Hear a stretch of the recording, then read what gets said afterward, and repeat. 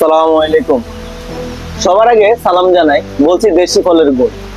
বিক্রেতা লাভের চূড়ায়, ক্রেতা পথে ঘাটে খুন।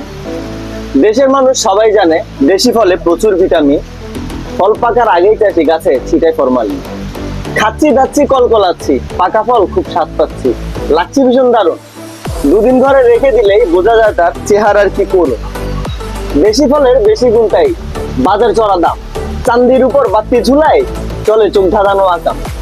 গ্রামে গঞ্জে গরুতে খায়, শহরবাসী কিনে ঝুড়ি বইরা। শহরের ফল ভিআইপি, নিউজ প্রিন্ট কাপড় পরে আসে যানবাহনে চইরা। এটাই বাস্তব। আমরা খাচ্ছি ঠিকই, কিন্তু দেখতেছি না যে আসলে এই জিনিসটা কি, কেমন, কিভাবে হচ্ছে, কিভাবে আসতেছে। সেই জন্য খাওয়ার আগে খুব সতর্ক হয়ে দেখে শুনে তারপরে কিনে খাবো ইনশাল্লাহ। ভালো থাকবেন সবাই।